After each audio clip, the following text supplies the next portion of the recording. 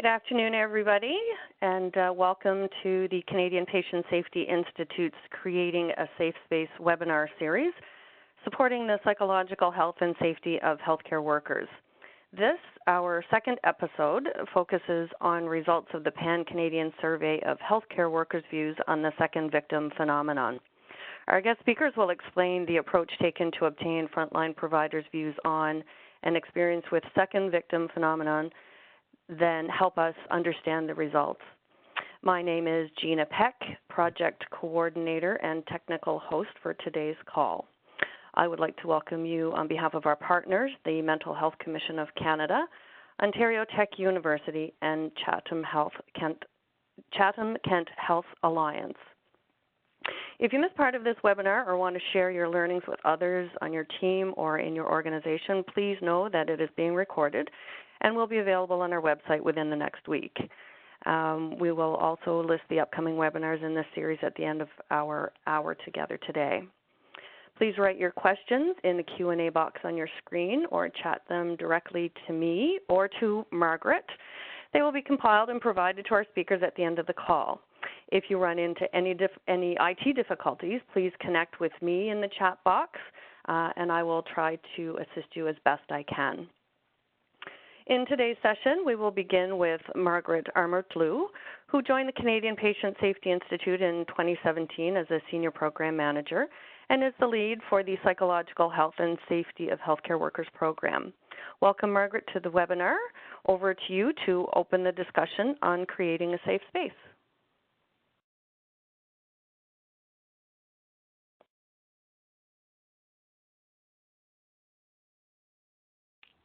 Thank you, Gina. Gina, if we can advance the slides, let me just see if we can go. Yeah, you have the presenter ball. You should be able to advance now. Thank you.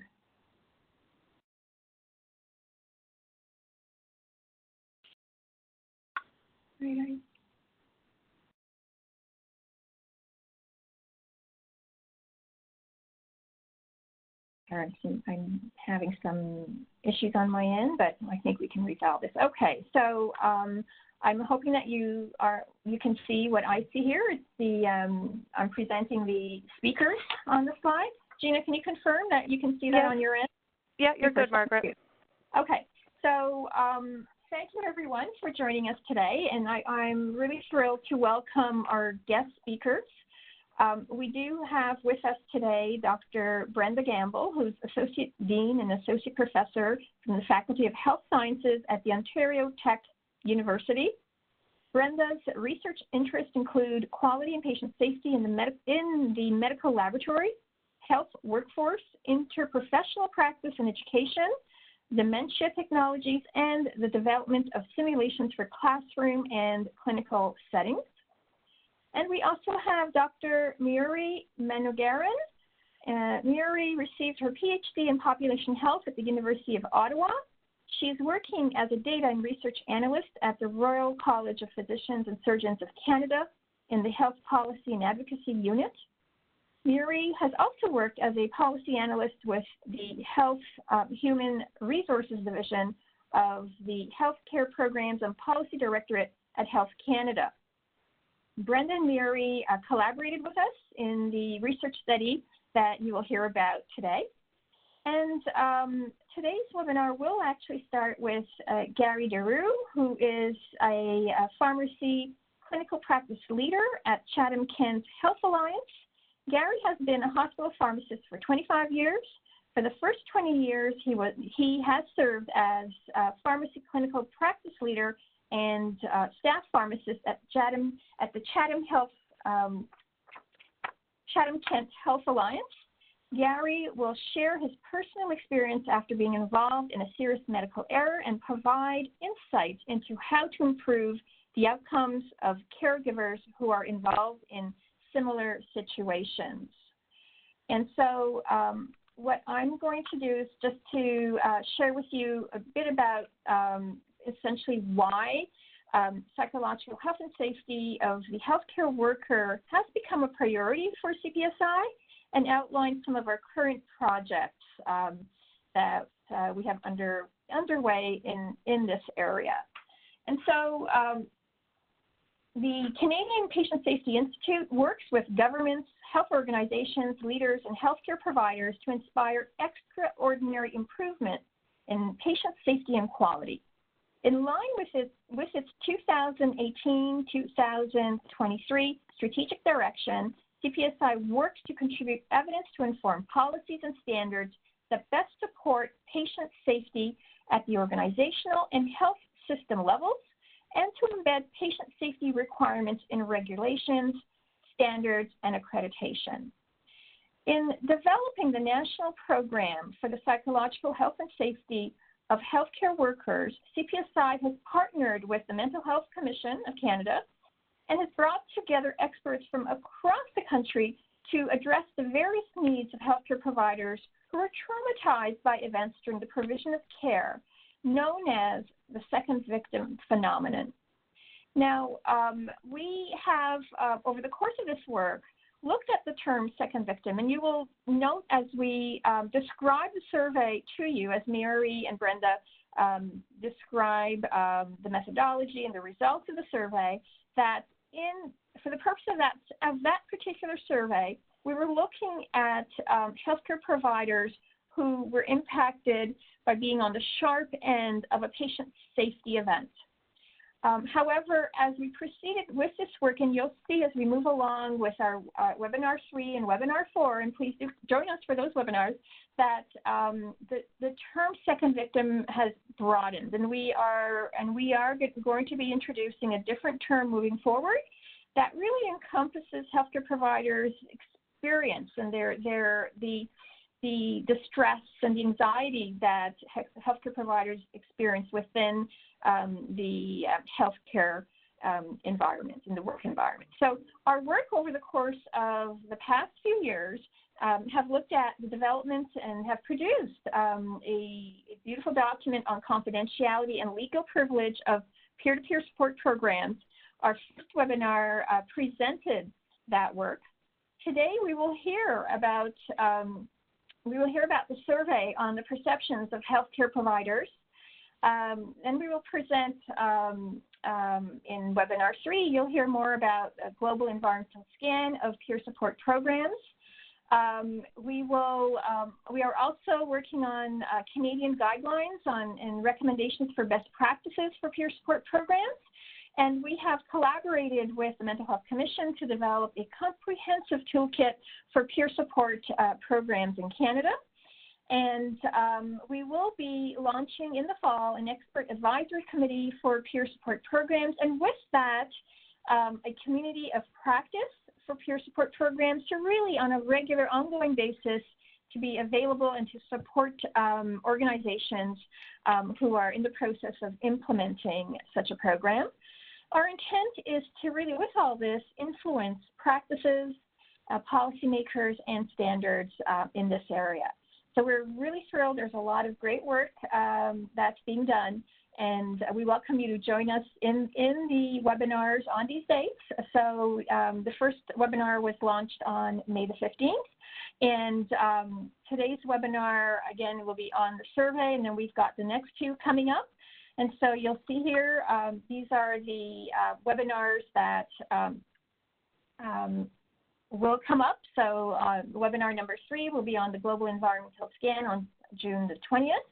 And webinar number 4, our fourth webinar, will be really to launch our best practices guidelines for peer-to-peer support programs and our toolkit. So with that, I want to proceed to introduce to you Gary, and we will hand over the presenters tool to Gary, who will speak to you about his learning objectives and proceed with his presentation. So over to you, Gary.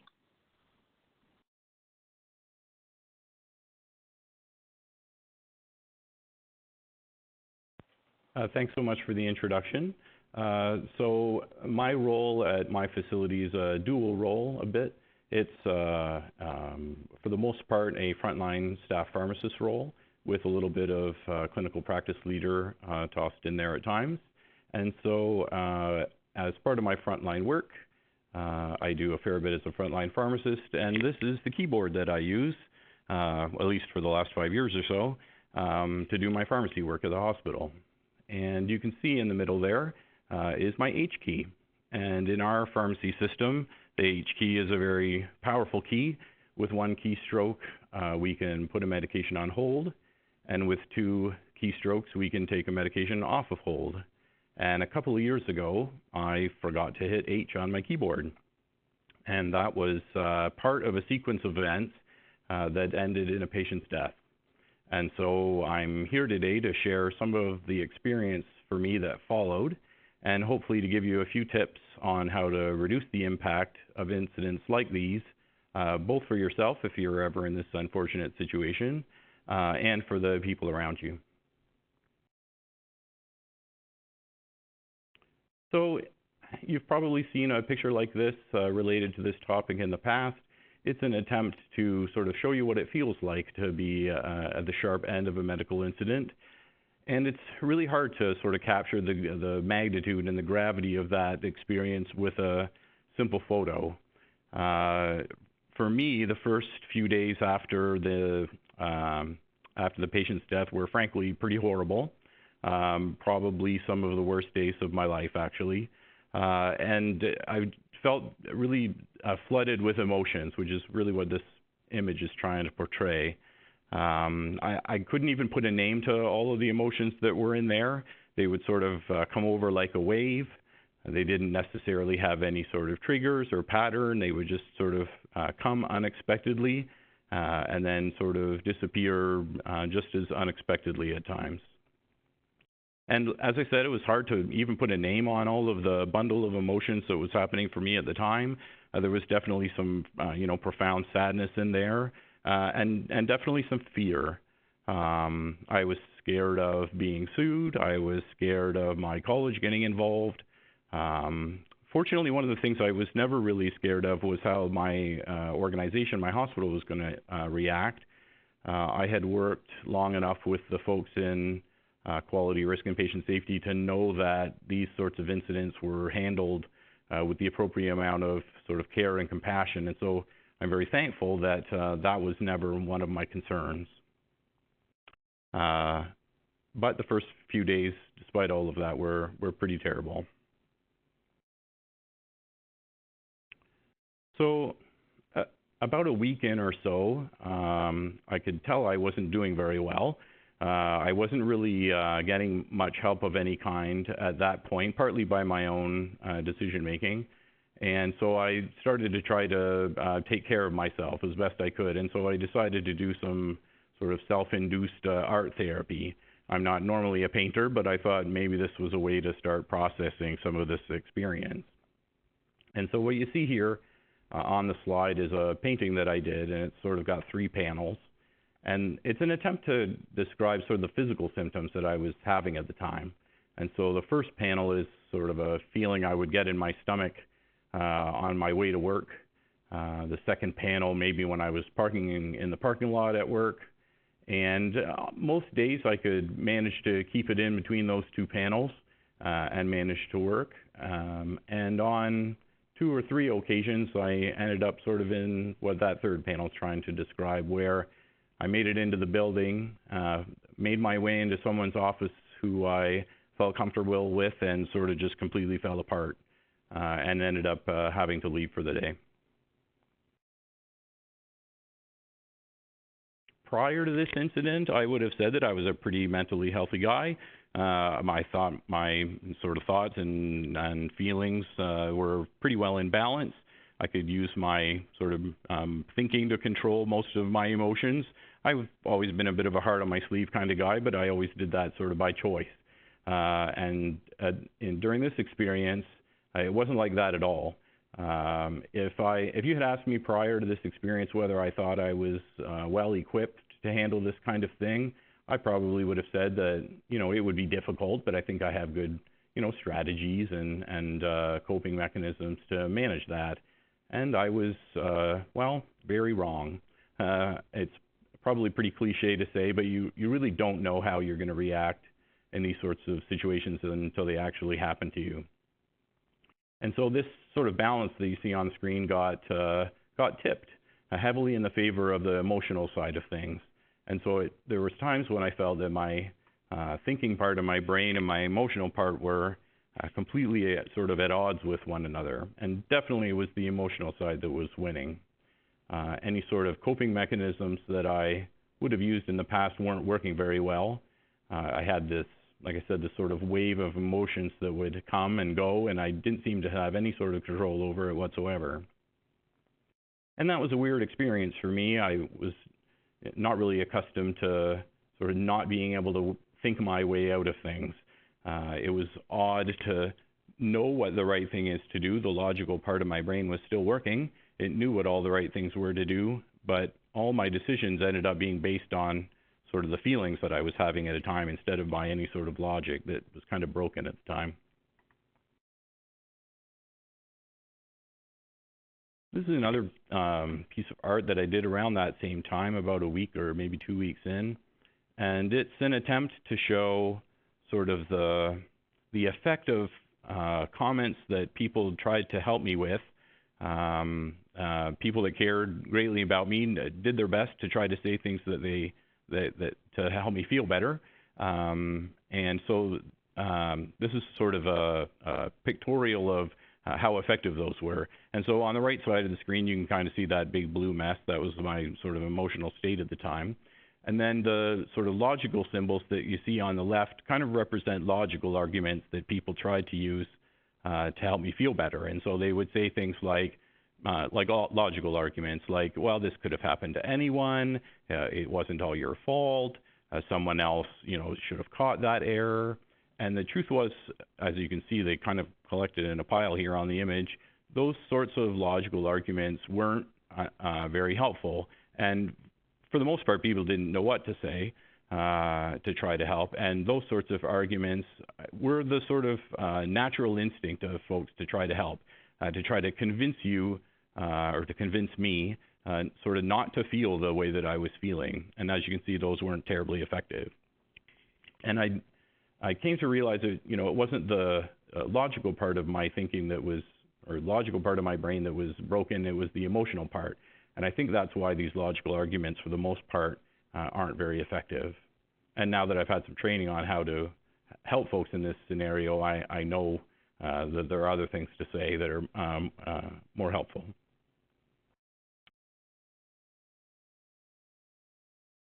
So I got offered my hospital's EAP or assistance program early on, and I refused it, actually.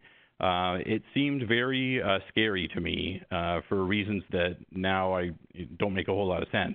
So I was worried, that it would be a bunch of red tape or that I would need a bunch of doctor's notes, and that I was sort of scared of all of that part happening. And again, the logical part of my brain was telling me, hey, this is the right thing to do.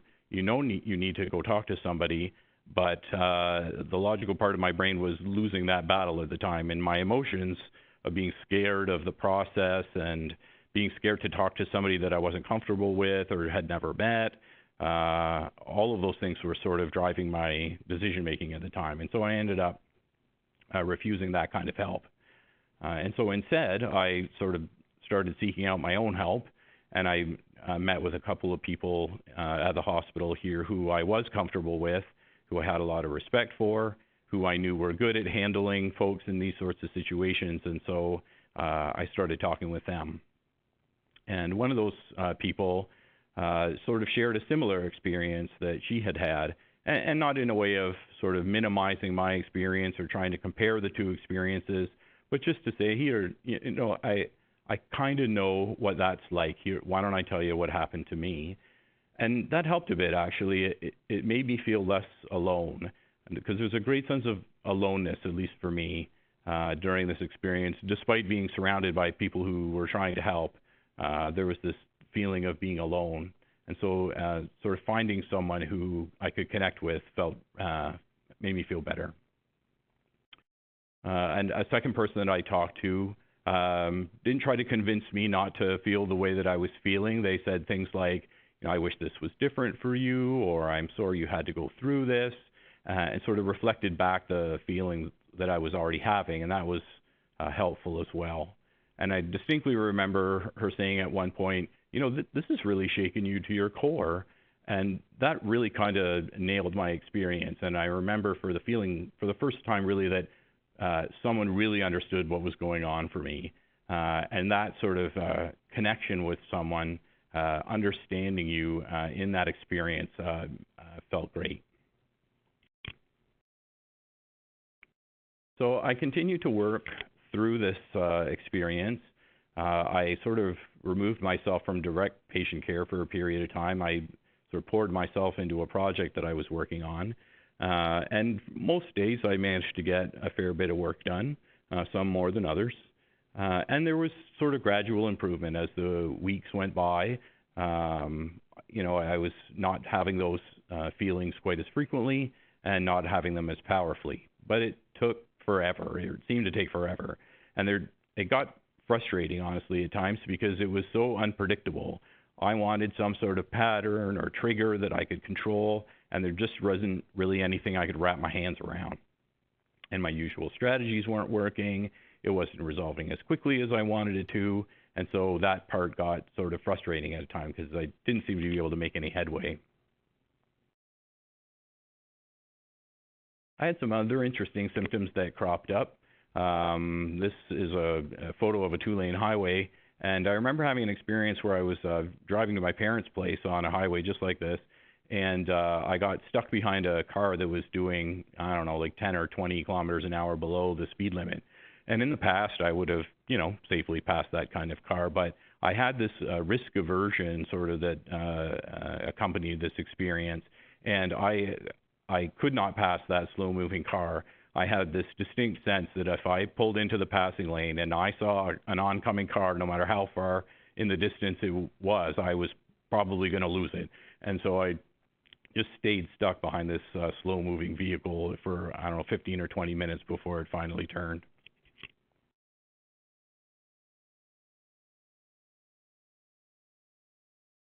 Another symptom that I had was something that I ended up calling responsibility fatigue. And so normally I'm a super involved dad and I'm involved in all my kids' stuff and making sure everything gets done. And for a period of time, I had an awful time trying to be involved in that sort of thing. Even things as simple as making sure that the dishwasher got emptied or permission slips got filled out. It was all I could do to keep all of my own stuff together. And no matter how much I wanted to be as helpful as I normally was, I just simply, it felt completely overwhelming. And so even though I wanted to do those things and it felt bad not to do those things, I simply was not able to be as helpful as I normally was.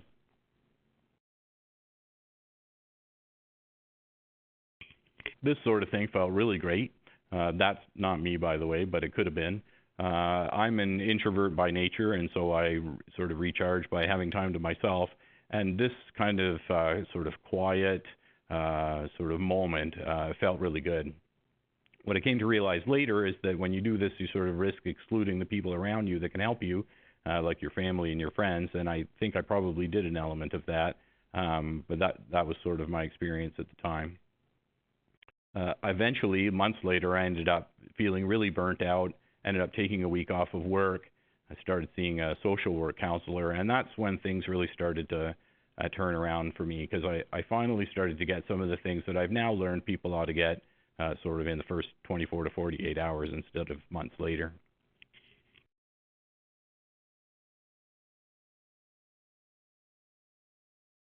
There was a couple of opportunities that I had to be part of the disclosure process and meet with the patient and the family, and that was an incredibly difficult thing to do.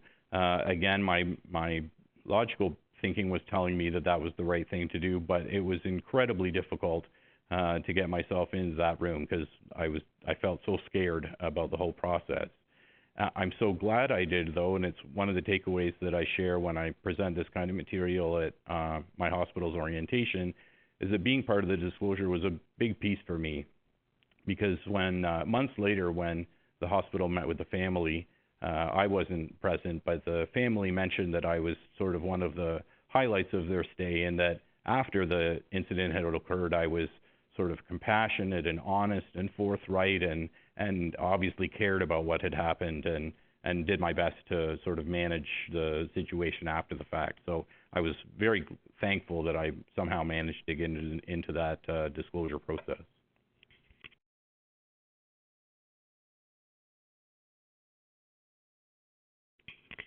So even in the early days, as people were trying to help me, I already knew that I wanted to be able to do these sorts of things in the future.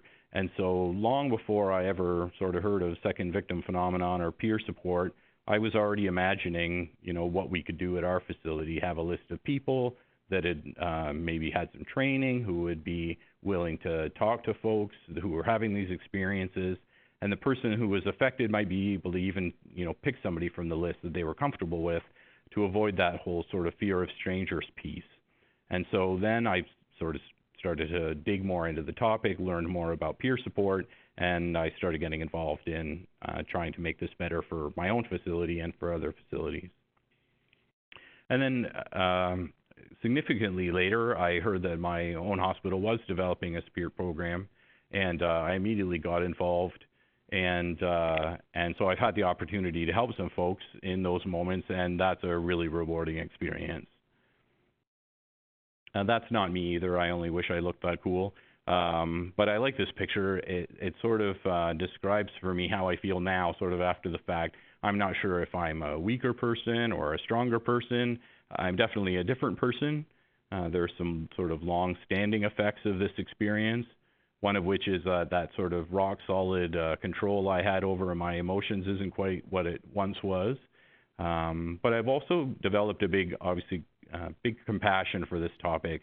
And so, again, in my hospital orientation, I do my best to help people prepare themselves by sort of helping them think about medical error as a system problem instead of a people problem, and also to give some sort of emotional first aid strategies to people to help them take care of the people around them if it ever happens to them. I also took part in producing an ISMP, or Institute for Safe Medication Practices, newsletter a while back that sort of highlighted second victim phenomenon and some strategies for facilities on how to do a better job of managing that in their buildings. And so I'd like to close by saying thank you. I'm really appreciative of the opportunity to share sort of the human element of this topic in a way that's tough to deliver on paper.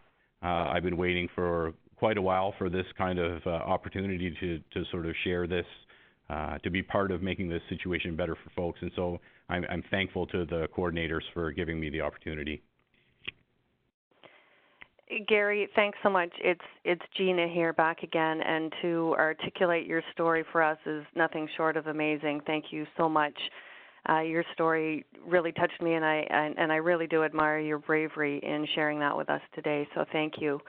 For those on the line, if you have any questions for Gary, please add them to the chat box or the Q&A box, and we will invite him to answer them in the session at the end of the call. That being said, I'm going to now pass it over to Mayuri, who was introduced at the top of the hour. Mayuri, I'm going to give you the presenter ball. You'll be able to advance your slides, and I will pass it over to you.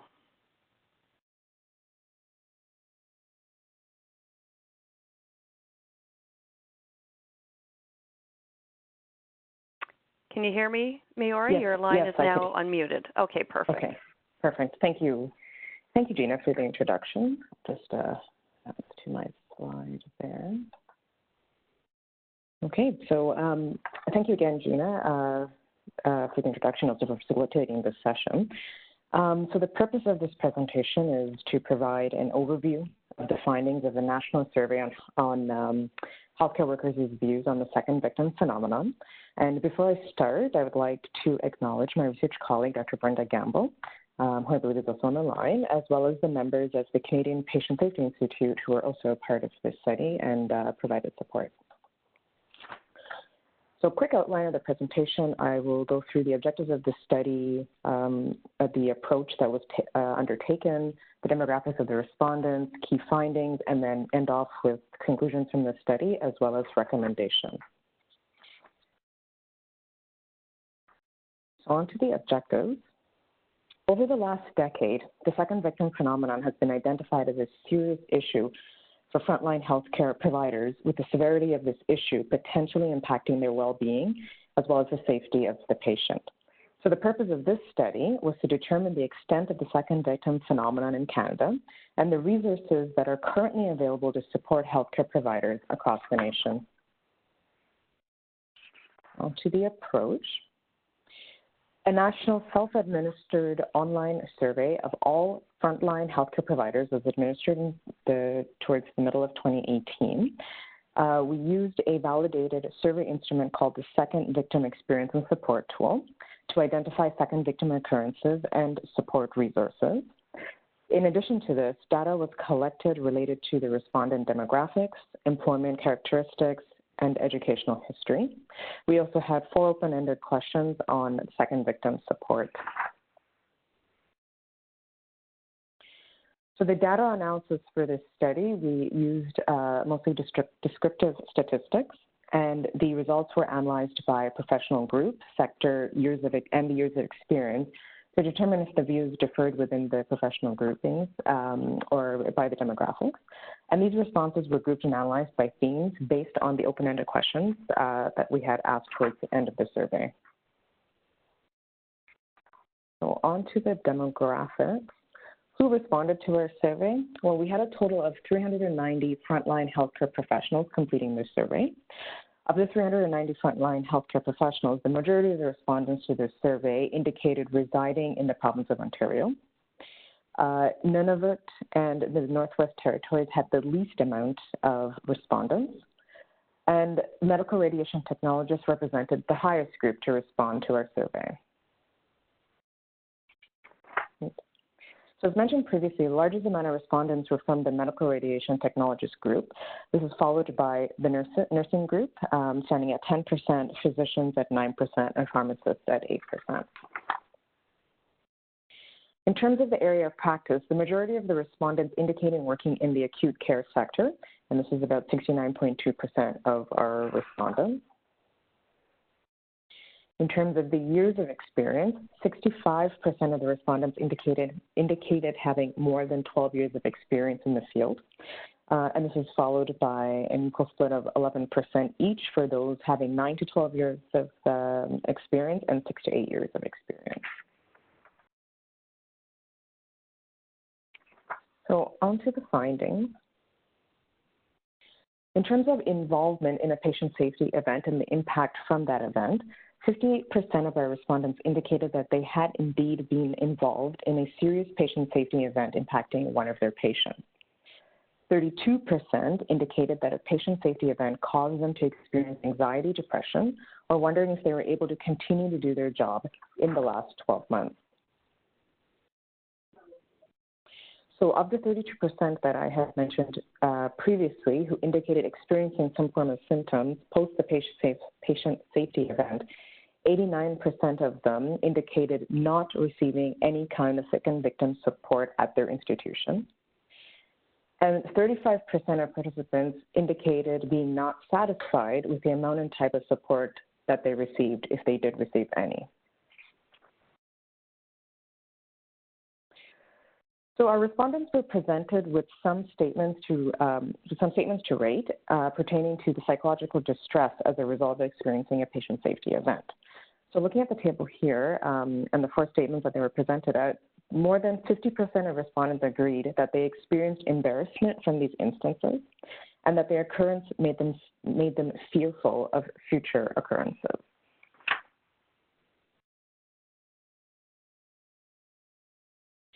When presented with statements on physical distress, the majority of respondents disagreed with having experienced most of the symptoms on the list. However, 37.8% agreed that the mental weight of their experience was indeed exhausting. And this may suggest that the psychological symptoms after experiencing a patient safety event are experienced stronger by healthcare professionals in comparison to the physical symptoms.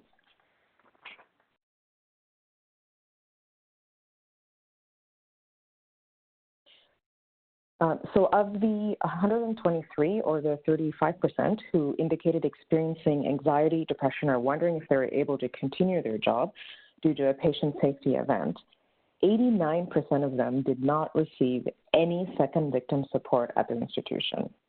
So that's the circle there in red.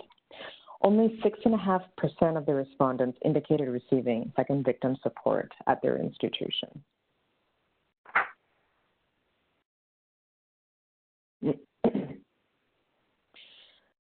So when asked in the short answer question, the top 3 types of second victim support that were received by the respondents, and again, this is the 6.5% group, were support from their employment assistance program, discussions with their manager, and discussion with their colleagues. Here are some quotes to support the top three supports that were listed by the respondents. We have a medical radiation technologist who said, we have an employee and family health program that I have utilized a few times. Discussion with manager and colleagues about event and impact on myself and the client's family. This was said by a physical therapist. And then a nurse had indicated that follow-up with manager, support from colleagues, and counseling through EAP. Of those who received support in the last 12 months, 35% of participants indicated not being satisfied with the amount and type of support that they received. So respondents indicated there being no acknowledgement of the incident, ignorance, as well as being subject to inappropriate jokes or bullying by the manager or team members. So here's some quotes to support it. I know the second one's a bit longer, so I'm going to sort of focus on the first one for in consideration of time. This is a quote that was provided by a medical radiation therapist or technologist. My manager at the time made inappropriate jokes about the incident and offered zero support, including not mentioning how to get in touch with any form of employee assistance. Now, the latter one is by a physician who, pretty much in summary, just says that they're traumatized by the institution's latent avoidance of actually investigating the situation. So they talk a bit about how the institute had reacted to the situation, and as well as the support that they received or the acknowledgement of the incident.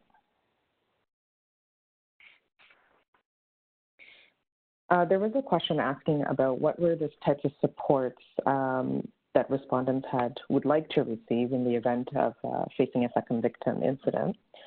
Of the 7 types of support that were presented to them, the majority of respondents identified having a respected peer to discuss the details of what happened as being very desirable. And this was 82.8% of the respondents. This was followed by having a specific peaceful location that is available to recover and recompose, also being ranked as desirable at 76.7%.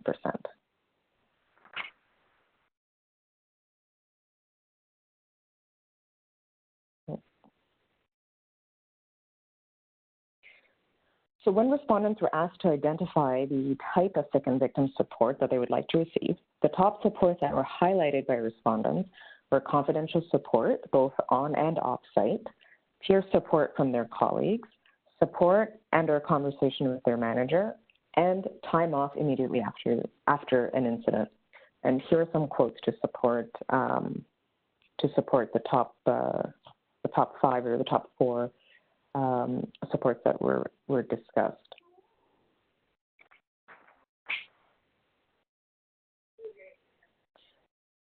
In addition, respondents were asked what they would do differently if they were supporting a peer based on their experience.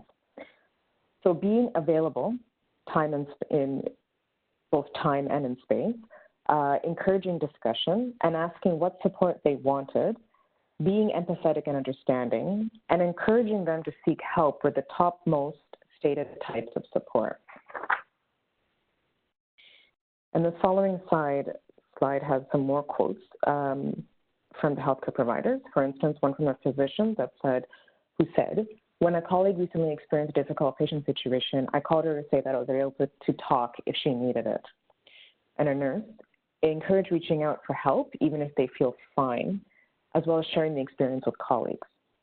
And then the last quote was from a medical radiation technologist who said to listen, understand, enact policies and processes to support safer work practices, learn from the incidents, and let them know that they are not alone. So while the majority of respondents provided comments on how they would support a peer who has experienced a patient safety event, there were also others who felt some form of backlash for supporting a peer and stated being reluctant to do it again. Some also stated their own personal hardships as a barrier to helping a peer. So for instance, in the first one from a medical laboratory technologist, I just can't. I don't have the time at my workplace to support my coworkers in this way. I can say a nice word or give a quick hug, but when we have to move on with the work, that is its own form of trauma inflicted on staff, expecting staff to be in attendance and focused on work when they're experiencing their own personal hardships. And then a pharmacist, I did support a peer and a colleague and got blamed for doing so. I don't know what I would do differently. I didn't believe we genuinely have a no blame culture in hospitals. Still too much fear. The respondents were asked for advice in terms of the best support or guidance possible to a team member who is emotionally impacted following a patient safety incident. And the top points of support that were advised by the respondents included confidential support for everyone involved in the incident, debriefing, acknowledgement of the situation and sympathy, actively listening, follow-up, and face-to-face support. And again, here are some more quotes to support the last slide. The best thing to do is to listen openly and non-judgmentally. This is from a physician. A respiratory therapist said, have someone available and checking in often, not just immediately after. Another physician mentions that debriefs are helpful, but not just leaving it after the debrief. Revisit in a few weeks or months to see if things are going okay, if there has been any impact to work, or if they need more support. And then an occupational therapist mentions acknowledge the impact. Make it easy for persons to seek help, not just in nursing, but across professions. So conclusions and recommendations. Based on the data collected, it is evident that the majority of frontline healthcare professionals who have experienced a patient safety event are not receiving second victim support at their institution. Although 35% indicate not being satisfied with the support they received, their written responses indicated otherwise, asking for the support, understanding, and empathy from their peers and managers in undergoing such an experience. This data, followed up with interviews with healthcare managers, will help to understand how to support our healthcare professionals. In terms of recommendations, well, this survey serves as the first phase for identifying existing current support systems and assessing the needs of second victims.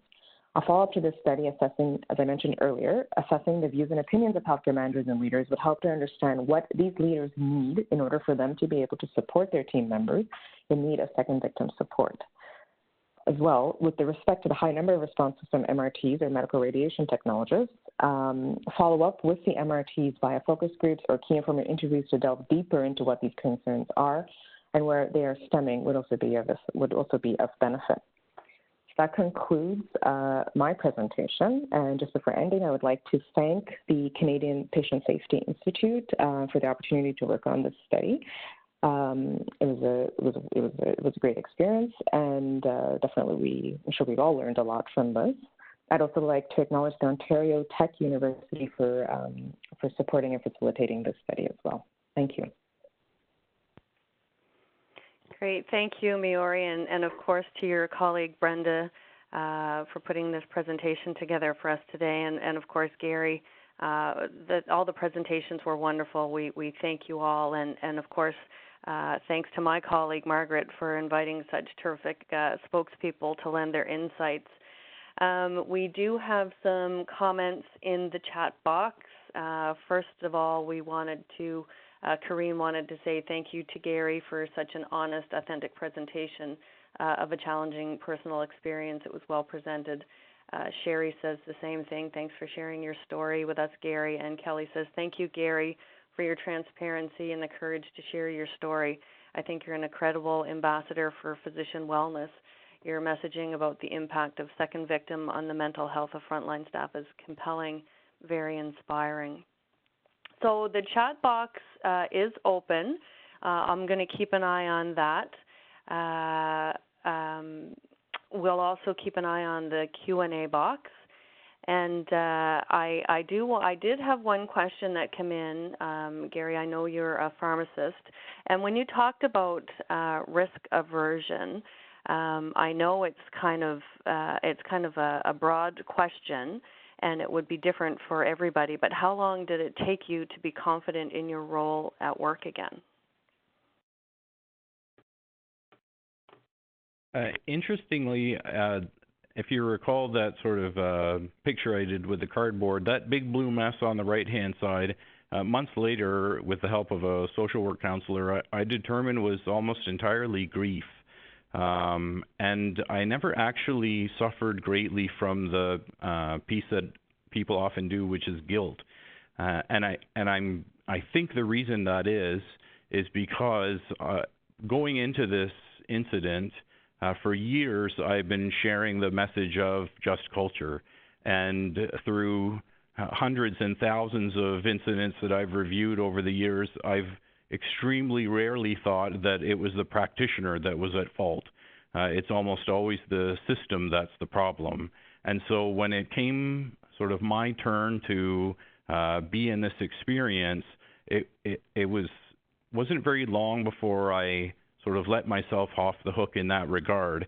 I thought of myself as unlucky, and that's how I've sort of spoken to folks in the past in similar experiences and continue to speak to them now. It's not the people, for the most part, that are the problem. And so I had a crippling amount of grief, but guilt and concern that I was a poor practitioner was something that I was spared. And I sort of deliver that message at my hospital orientation as well. I try to encourage people to develop in themselves and around them the sort of idea of just culture and a systems approach to medical error, because I really think that's what helped me sort of not suffer that portion of it when it came to be my turn. That's wonderful. That's a great insight, great information to share with the group. I do have, another question here from Laura. Thank you for sharing your story. I work in addictions. I wanted to ask you, do you consider the disclosure process similar to a reconciliation process, or are the two different? As we do our accreditation, I wanted to understand the difference. I'm not sure actually what a reconciliation process is. For me, I had an opportunity to meet with the family sort of after the event had happened, but before the patient had died. And so I had an opportunity to be part of explaining what had happened, to apologize for my part of it, and to sort of help develop the plan of care moving forward. And so for me, that was my sort of involvement in the disclosure process. I can't say how that differs from what a reconciliation process is like. Perfect. Well, thank you again for that insight, Gary. I think, Laura, if you have any additional questions or a little bit of further up to your question, you can certainly send it to me, and we'll see if we can get some more information for you. Miyuri, there is a question for you. I will get you to unmute your line. Was there a difference between the professional groups in their experiences or perceptions when it came to the survey? Mm-hmm. Thank you, Gina. We did look into that, and there's not much of a difference between the professional groupings. However, because we had such a high number of respondents from the medical radiation technologist group, we were just suspicious if maybe that, that was indicating that they are having a different experience and possibly could have skewed the results. So as a result of that, we did look deeper into the results, separating the group out and separating a different group out, and it turns out that there was not much of a difference. There were some categories, I believe in the psychological distress, where the group that did not include the MRTs had more of, they agreed more with some of the symptoms, or were experiencing more of the psychological symptoms versus the MRTs. Mm-hmm. So that's what I could say to that. Great, thank you for that response. And just to go back a little bit more on that, Miyuri, it might have been mentioned earlier in the presentation, but somebody asked, how long did it take to distribute the survey, and mm-hmm. and how long did it take you to compile the data? Okay, so the survey was in distribution. I believe it was about 4 to 5 months that we had the survey out. in order to compile the data together, with data cleaning, and then to do the analysis and everything. It was about a couple of months, about a month or two. Yeah. Great. Thank you. Thank you for that. Thank you. We do have another comment in the chat box. I don't see a question in it, but it says, thank you for the presentation. A group of colleagues and myself have recently been published in JMRIS as we investigated the effects of the SVP on radiation therapists. Our results were very similar to yours. Spreading awareness is a great first step. That came in from Suzanne. Thank you, Suzanne, for that. Indeed. Indeed, yeah. Gary, over to you. Another question. Would you suggest peer support being received by similar professional peer groups or of similar experience? I think at times that can be helpful in that what I think one of the big benefits of the peer support process is that sort of personal connection piece. And so if someone can sort of appreciate at least at some level what your experience has been, that might be more easily done at times by someone of your similar profession. At the same time, I don't think it's required. If you have people with the right training or the right skill set, anyone can do these things well. There was a group of us that went for critical incident stress management training, and virtually anyone can do that work. There's some pretty simple steps to help folks who are experiencing emotional trauma or difficulties, and I think anyone could help in those moments, regardless of what their profession is. Great. Thank you for that. It was very, very good advice for sure. What would be the difference, Gary? Question for you again. What would be the difference between peer supporter and EAP program, in your opinion? For me, early on, the difference was in the comfort level that I had with it. The EAP program, again, it felt scary to me for reasons that I realize aren't logical now.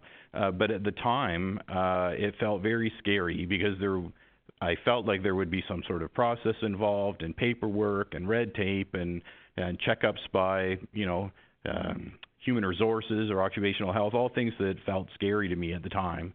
And simply the fact that I'd be talking to somebody who I didn't know.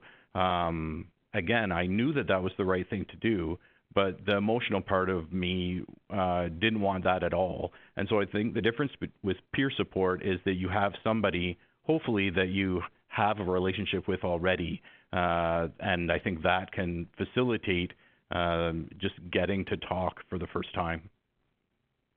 Yeah, I think we all have access to those EAP programs, but it's like you say, having that personal connection, somebody that you have confidence in, that you can speak to as a peer support really does make quite a difference for sure. And I think there is definitely a role for that, for the EAP program. I think it might come later. I think in the first couple of days or even a week or two, I think the peer support program enables connection with that help faster. I think the EAP program can kick in later, potentially after sort of that initial shock period is sort of past. Right. I do have. Sorry, go ahead, Miori. Sorry, I was just going to quickly add to those, listening to the discussion about the EAPs and the peer support program.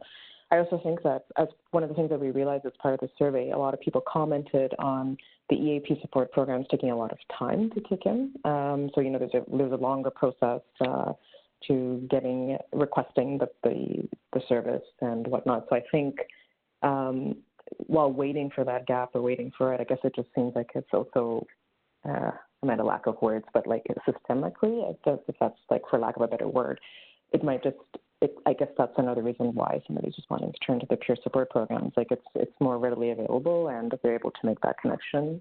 As you mentioned, I just wanted to throw that in. There's that other sort of level there. Yeah, no, that's great, Miori. Thank you for that, for sure. I did have another question come in, Gary. You talked about the disclosure process. Can you elaborate on that a little more? So I sort of described the opportunity that I had to go in and speak to the family, and as I said, it was a very, very challenging thing to do. I think if folks are going to be asked to be part of that process, they're going to need more than just convincing to go. I already knew that it was the right thing to do, and I wanted to do the right thing, and it was incredibly scary all at the same time. The emotional part of my brain was sort of telling me to run away as far and as quickly as possible. And so it took like everything I could to get into the room a couple of times to have those conversations. And so, again, I'm so thankful that I did, because I think in the long run, practitioners will feel sort of much better about their overall experience if they've had the opportunity to be part of that process. It's just incredibly difficult to do early on. And similarly, when we have sort of process reviews at least at hospitals, on sort of what happened and what could we do differently to prevent these kinds of errors in the future, similarly, it was very difficult to get to that sort of meeting as well. For the very same reasons, I knew it was the right thing to do. I've been to those before. I know that they're handled well, and still it was very difficult to overcome the fear to get in there. And so I think folks, if they're going to be asked to be part of that process as well, need like emotional support to get there, not sort of logical convincing that it's the right thing to do, because they probably already know that. Well, thank you so much for sharing those insights. I do know that we're getting close to the top of the hour.